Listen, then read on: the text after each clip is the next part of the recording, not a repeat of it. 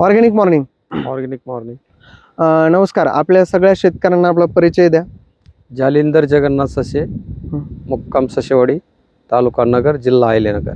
बर ससे भाऊ, आपल्या या शेतामध्ये आपण आज उभा आहेत. हा कांद्याचा प्लॉट आहे. कोणता वाण आहे आणि कधीपासून आपण करतोय? लाल कांदे. लाल कांदा. आणि कांदा कधीपासून करताय आपण? 20 वर्षापासून कांदा करतो. 20 वर्षापासून कांदा का? म्हणजे जवळजवळ नगर जिल्ह्यामध्ये आपल्या वाडीचं नाव जे ते सगळ्यांना माहिती कांद्या क्षेत्रामध्ये. बरोबर? हो, बरोबर आहे. तर तुमचा या वर्षीचा ऑर्गॅनिक भारत मिशन मध्ये तुम्ही जे तंत्रज्ञान वापरलं, कोणतं तंत्रज्ञान आहे ते? मल्टीप्लायरचं तंत्रज्ञान वापरलं. मल्टीप्लायर तंत्रज्ञान वापरलं आपण. तर काय अनुभव आहे? अनुभव, फवारे आहेत ना कमी लागले. म्हणजे 3 फवारे, शेजारचे जे 6 फवारे झाले, आपले 3च फवारे झाले. 3 फवारण्यामध्ये कांदा चांगला आला. म्हणजे कांद्याचं आहे ना मुळी वाढ बी झाली आणि जमीन बी भुसभुशीत झाली, पात बी चांगली. दाखवू शकता का जमीन कशी भुसभुशीत झाली? जमीन हाताने उकरती, नाही तर पहिली ना उकरत नव्हती हाताने जमीन. ओके. म्हणजे माती जी ती आपली भुसभुशीत झाली. आणि एखादं कांद्याचं तुम्ही दाखवता का कशी, किती साईज झाली त्याची, पांढरी मुळी कशी वाढली? हे बघ मुळे. अरे बा, जारवा. हे बघ जारवा. ओके.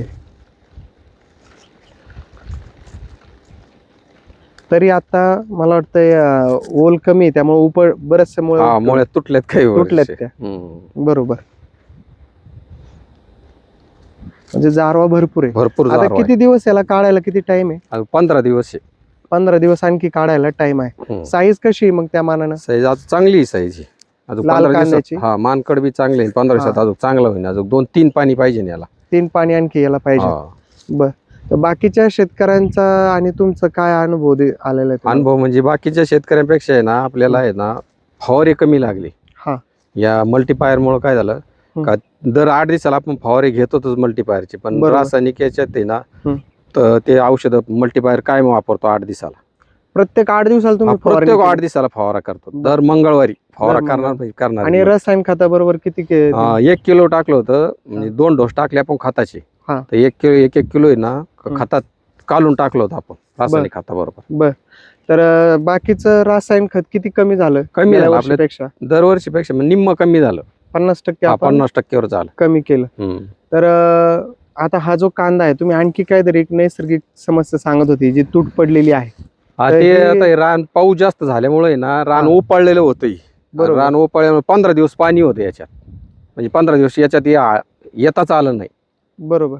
मग 15 दिवसांनी खत फवारे, आणि मग सुरुवातीला आपण मल्टीपायर खालून सोडलं, 2 फवारे पाठोपाठ दिले मल्टीपायरचे. मग तिथून पुढे मुळीचं याचं हे सगळं व्यवस्थित झालं. म्हणजे हा जो कांदा होता हा पूर्ण पाण्यात होता. 15 दिवस पूर्ण पाण्यात होता.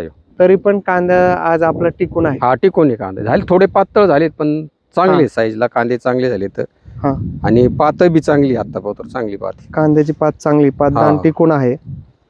रोगाचं प्रमाण कमी आहे. कमी. काळोखी कशी बाकीच्या पेक्षा? चांगली. काळोखी चांगली, वाढ चांगली आहे. आणि एकंदरीत खर्च कमी, एकदम कमी झाला. एकरी 1.5 एकर मध्ये किती झाला आपला? 10,000 रुपये खर्च झाला. 10,000 खर्च झाला. बरोबर. तर ऑर्गॅनिक भारत मिशन मध्ये तुम्ही सामील झाल्याबद्दल धन्यवाद. बाकीच्या शेतकऱ्यांना तुम्ही काय सल्ला देणार? मल्टीपायरचा जास्तीत जास्त वापर करावा आणि शक्यतो होता होईल तेवढं. म्हणजे 8 दिवसाला जर फवारे दुसरे मारित होतो आपण, आणि 8 दिवसाला जर फवारे जर मारले तर जास्त रिझल्ट येतो कांद्याला. अरे वा. आणि 3च महिन्याचं पीक आहे ना. 3 महिन्याचं असल्यामुळे काय होतं का, आपल्याला आहे ना कमी वेळेमध्ये ना 8 दिवसाला जर फवारे मारले तर रोग राग कमी होतो. आणि हे पात बी सगळी चांगली होती, साईज बी. बाकीच्या जे कांदा उत्पादक शेतकरी जे लाल मध्ये आज एवढा 40-50 हजार रुपये खर्च करतात, तरी त्यांना या पद्धतीचा अवरेज भेटत नाही. आता तुम्ही याच्यातला कोणताही कांदा जर बघितला तर हे तर सरीवरचा तर आहेच, पण आतमध्ये जरी बघितलं तुम्ही तर कांद्याच्या साईज झालेल्या दिसतात आपल्याला. कोणताही कांदा बघितला तरी चांगले पात टिकून आहे. शेंडा टिकून आहे, पातीचा हिरवगारपणा आहे त्याच्या. बरोबर. तर बाकीच्या शेतकऱ्यांना मल्टीप्लायर तंत्रज्ञान वापरण्यासाठी तुम्हाला कॉन्टॅक्ट कसं करायचा? तुमचा कॉन्टॅक्ट नंबर? माझा नंबर आहे 9552 68 86 67.